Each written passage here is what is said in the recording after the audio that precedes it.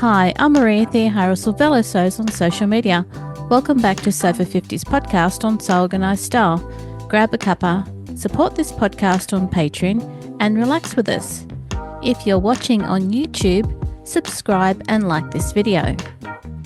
Duane MacLeod has finished his tailoring qualifications and is back on the podcast. Last year, Kim asked to bring Duane back on the podcast so we could find out about how he is progressing with his tailoring business now that he's back in Maine. You'll notice that I've used a new soundtrack for the podcast that I'd like your feedback on. The video version of this podcast is on YouTube and they have very interesting copyright rules, hence the change. For now, let's watch and listen to Duane.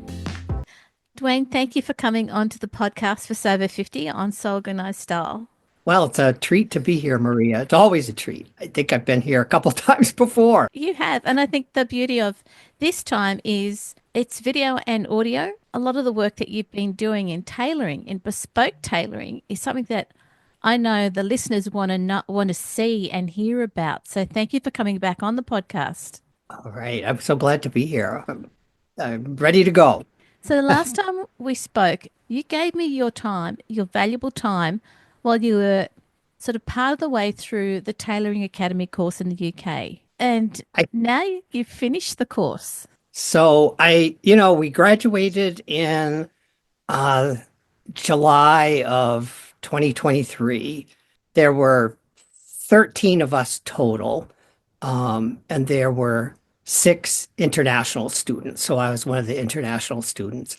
And so we had our little graduation ceremony in like mid-July of that year. As an international student, we got 2 diplomas. So we got one certification, which was cutting and tailoring a bespoke jacket, which was sort of the first half of the course.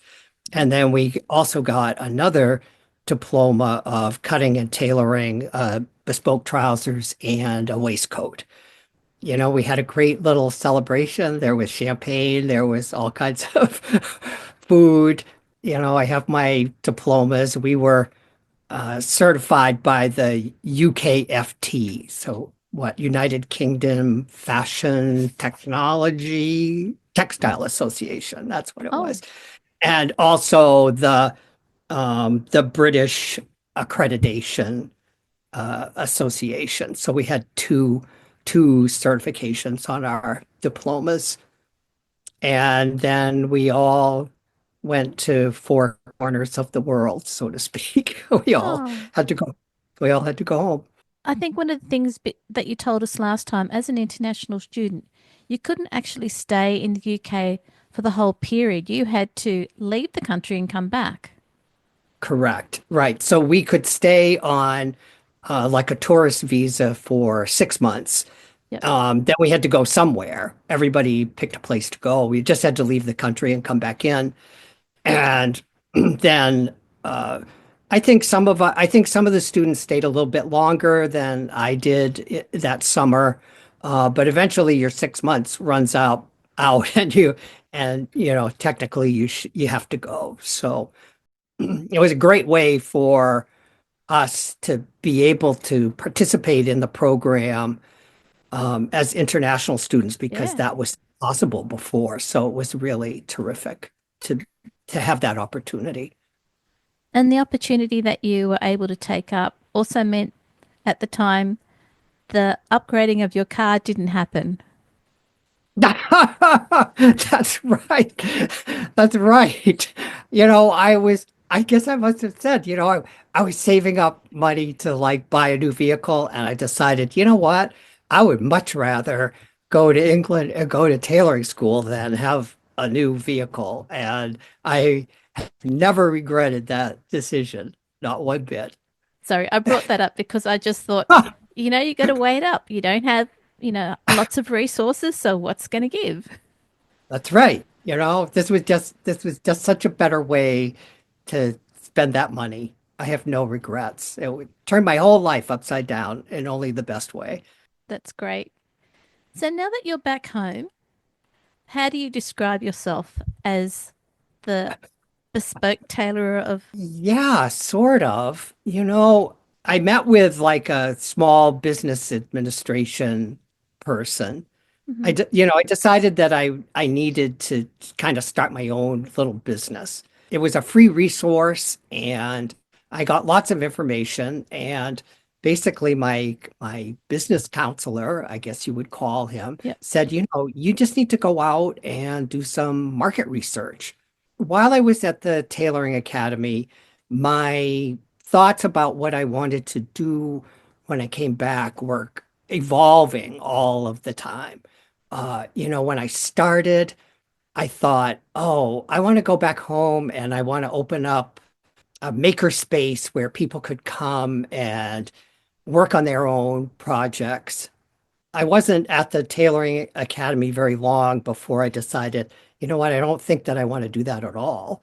Um, and as the year or the months progressed, I thought, Yep. maybe I want to get into like the wedding business. I think that would be a really great thing to just kind of work one-on-one with somebody, like maybe making a suit or something like that.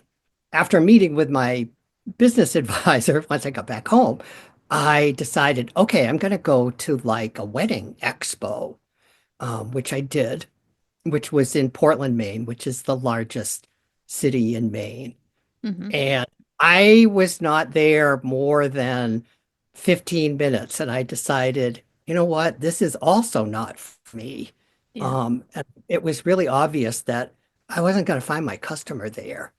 It was not what I expected. Let's just put it that way. Okay. And it was a good learning experience because I just decided this is not where I'm headed. This is that my customer isn't here.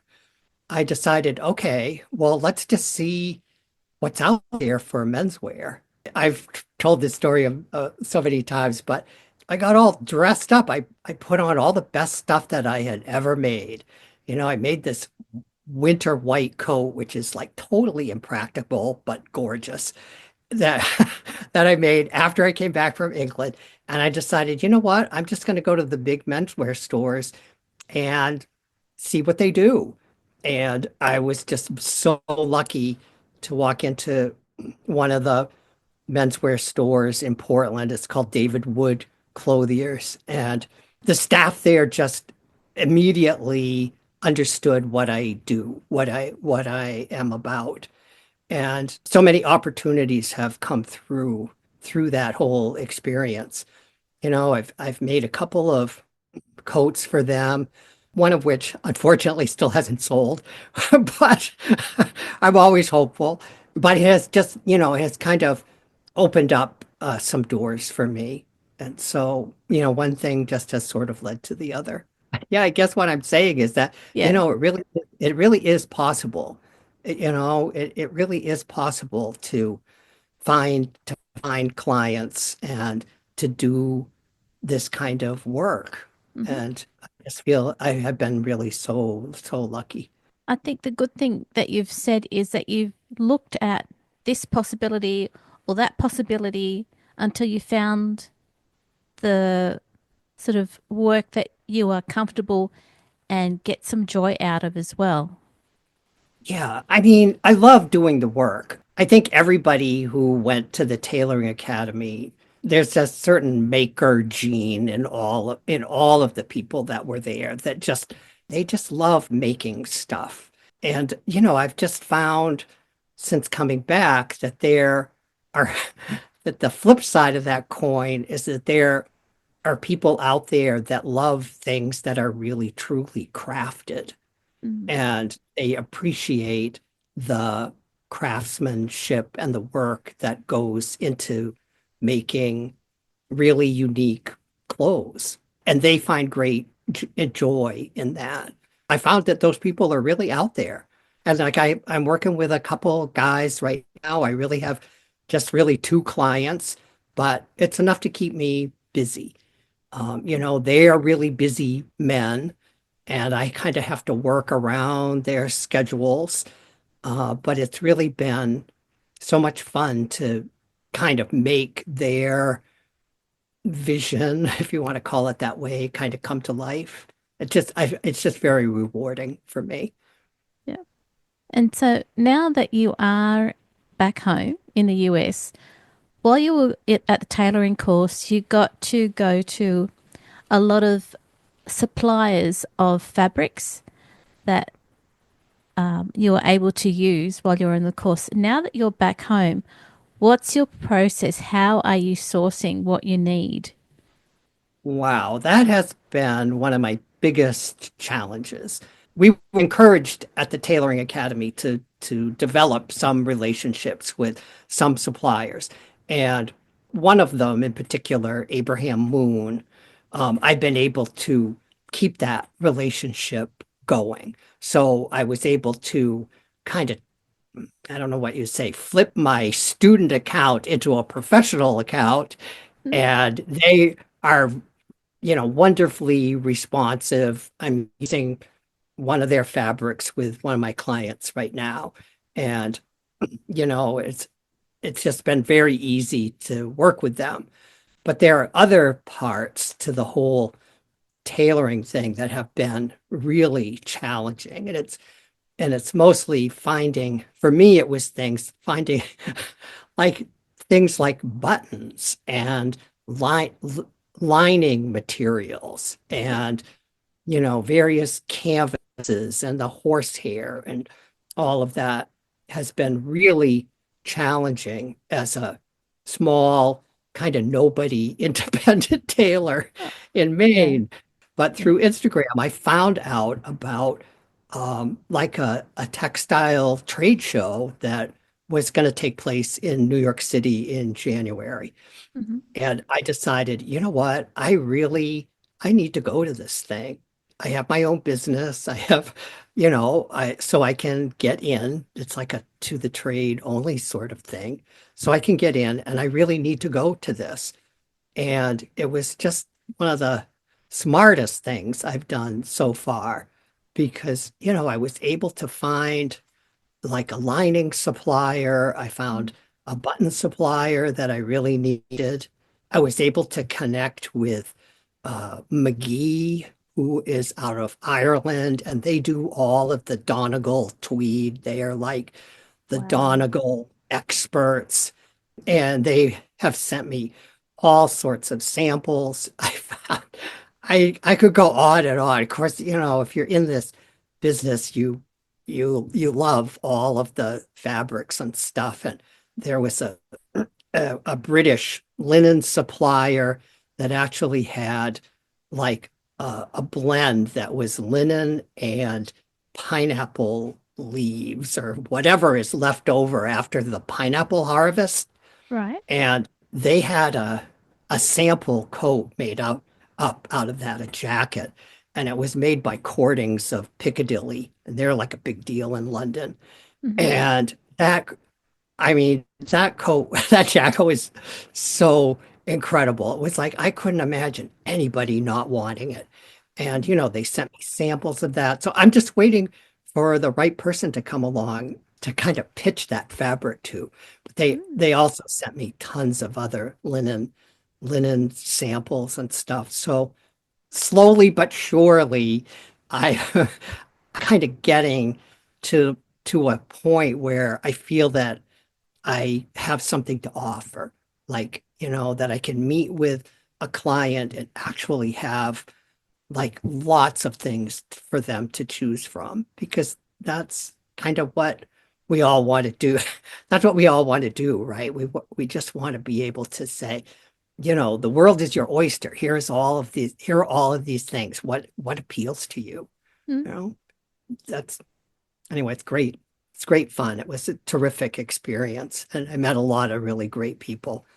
And really, you are a business, a starting business. So going to a business expo or a business, was it an expo? Yeah, it was sort of like a trade show, right? It Okay. was all for like spring. It was all for Yeah. spring fabrics. So, there were, I'm sure, I have no idea who all the people were there, but some of them may be like small manufacturers that are looking Yeah. to place a order to make a few, I don't know, thousand things. I don't know. But Mm. I'm just there. I just work project to project, right? But there are people there that are willing to help. That was what was so terrific about the whole experience. When you were on the podcast last time, you were fully into learning, tailoring, and you were really excited, even though, it took a lot of your energy. That excitement is still there when you talk about it now. So I think you've really hit the right part of what you want to do with yourself and your skills. People that know me that, I've made all the clothes that I really ever need for Mm, myself, right? I think one of the things about, you know, having that skill and being able to make our own clothes is that the clothes that we make, well, first of all, they last and last and last and last, right? Because they're well made. And they're the clothes that we really, really, really want. mm, And so, I don't need any more of that. So my real joy is to meet other people and try to make the things for them that really make them happy, that, really, that are meaningful to them, clothes that are meaningful mm, and that will last, right? That could potentially last like a whole lifetime if they're well taken care of. And that's mm. for me, that's just such a thrill in a way. I think, wouldn't it be like in the future, there might be an exhibit of all the Duane MacLeod. Think about it. I don't know. I don't know about that. I'm working with these two clients now, and a lot of the stuff Yeah, that's going through my head is like, oh man, I really hope that they really like this. I yeah. hope that this is really right for them. Um, and so it just I don't know. It's a different way of working. It's just a different way of working for me. Mm. Um, And I think, when you're wearing something that you've made and through the day and various people say, that's a great shirt or that's a great jacket, you feel really happy with it, right? I do. Yeah. I mean, one of my, one of my neighbors just recently had, it's springtime here in Maine and spring is kind of a non-existent season here because it just snowed like a few days ago. I mean, we go back and forth and back and forth. So my Yeah. my neighbor had this little house party, right? And all the neighbors came over. I was like, so I just pulled out this like crazy kind of spring shirt that I made, with some Hello Kitty Liberty fabric. And it was Mm. just, it was fun to just wear that and just say, you know what, it's spring. Let's have fun. So I get a lot of pleasure out of the stuff that I've made for myself. I want to do the same thing for other people now. And don't you think that your clients, when they're wearing a Duane MacLeod original, they're going to get, hey, it's what it is. I hope so. The bar is really high with these two clients that I'm Yeah. working with right now. And I try not to think about it too Yeah. much, but one of them has been getting his clothes from a Savile Row tailor who comes and does like a trunk show in Boston. I try not to think about who I have to measure up to here, Yeah. it's just wow. So I kind of have to just kind of turn that off.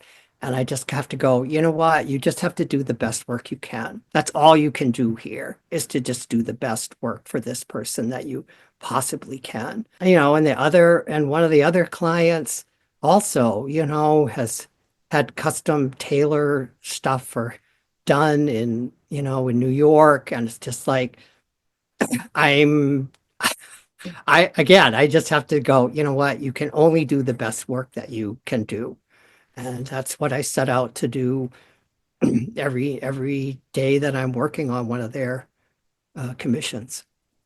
And, if they've had those experiences and they're coming to you, they see that you're bringing that to them. You're bringing that level of experience to them. and you've got the training. So I'm just trying to be Oh, supportive and just say I know, it. I I know it's in know. the back of your head, but you're doing it. You're doing it every day. Yeah, yeah. It's like for some reason, somehow they're putting their trust in me, right? But and it really is. You mentioned the word experience, and it really is so much about the experience, and that's what I also want to give them. I want to give them like a really fun, a fun experience doing this, right? We're gonna, you know, I just met one of them. We had a fitting like maybe like a couple weeks ago. Yeah. And you know, I meet them at like a co-working space in a town near me, which is, it's a beautiful space. And we meet in like a little conference room and there it's turned out to be a terrific place to work. And I just want that to be like a real out of the ordinary experience for these guys Hmm. because they're not just going to a store and buying something hanging off the rack, right? I don't know. I want it to be fun for them. Now I have this whole book of like lying material. It's like, here, flip through this and find something really kind of says, wow, this is really fun, Mm. right? So, one of my guys picked this like burgundy camo Cupro, you know, lining. It's fun, it's just like and I want them to have that experience. I just want them to have the clothes and have like a memorable experience about the whole thing. You're keeping it as a good experience for them as well, too, when you're meeting them in those spaces. I'm trying. I'm Yeah. trying, like I just want it to be I want it to be fun more than anything. It should Mm. be exciting. They should be excited about what they're wearing, right? They have, Yeah. they have ideas about how they want to look. Very strong ideas about how they want to look, to tell you the truth. And I just want to make it happen. I just want to make it happen for them. Yeah. Yep. Good on you. It's it's a lot, and it's great that you're doing it, Dwayne.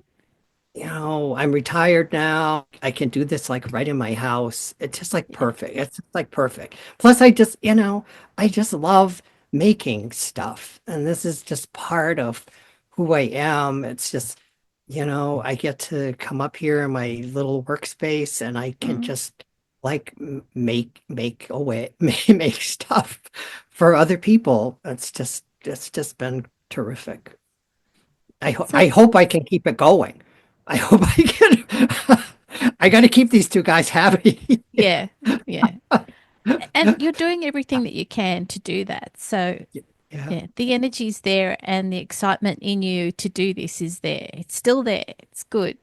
I don't think they can get that out of me. I don't know. It's just like kind of built in, I think, because I could like, I could talk about this stuff all day long. I Yeah. could, Yeah. right? When people come to you and say, Dwayne, I'm thinking about doing the tailoring course in the UK, what sort of advice would you give those people? Wow. First of all, I gotta say, I'm so honored that people will even reach out to me. Mm. And people do, I've since, finishing the course, I've had several people, contact me through Instagram and say, hey, I just have a couple questions. Can I'm just not sure, right? And I am more than happy to just, tell people what's, what it's all about, what's going to happen. I had a young guy. I I don't remember. I don't know if we talked over Zoom or what we did. It's not uncommon for people that already have like some kind of like fashion degree or a costume degree to want to go to the Tailoring Academy or to want to move from costuming to tailoring.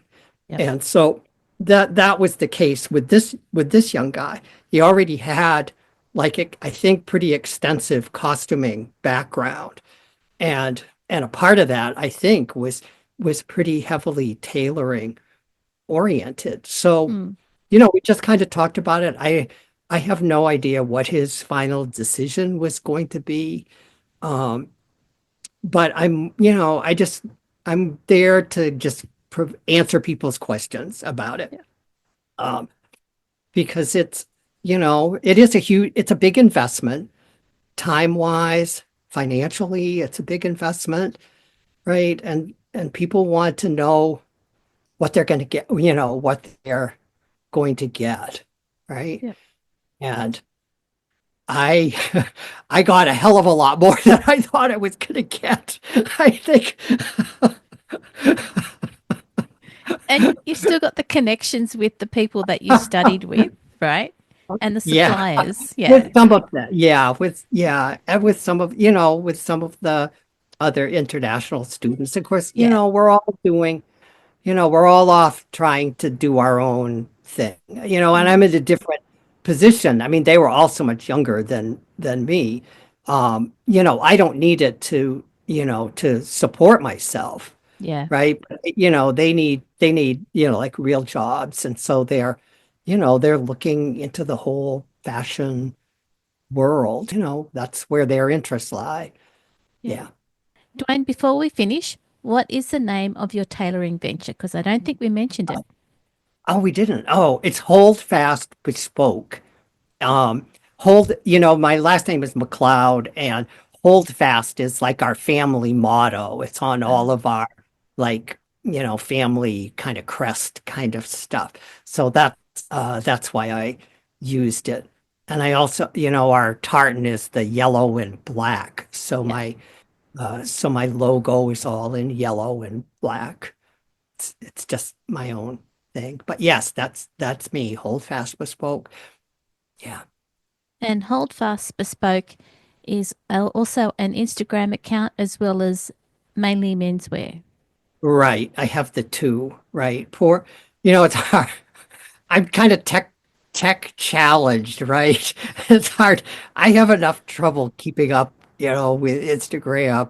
And I haven't really posted a lot recently. It's Yeah. just like, I'm so focused on what I'm doing. It's like, God, I don't have time to take pictures of any of this stuff. Mm. But yeah, I have the two accounts and they're kind of conjoined, I guess you'd say. Yeah. Great. So if people want to find you personally, they go to mainly menswear. And again, if they're interested in the whole Fast Bespoke side, your tailoring venture, they go to that account. And even if they do sometimes look similar, that's, if people find out that they want bespoke tailoring done in, the area where you live, direct them to Hold Fast Bespoke. Right. Right. And I also have a website too, right? Which is Okay. holdfastbespoke.com, All right. right? So, Yeah. that was one of my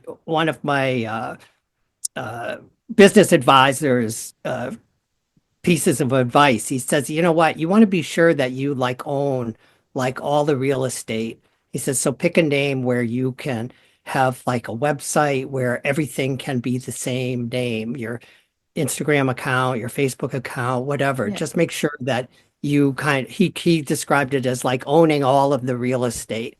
Yeah. And it was a wise thing that I learned.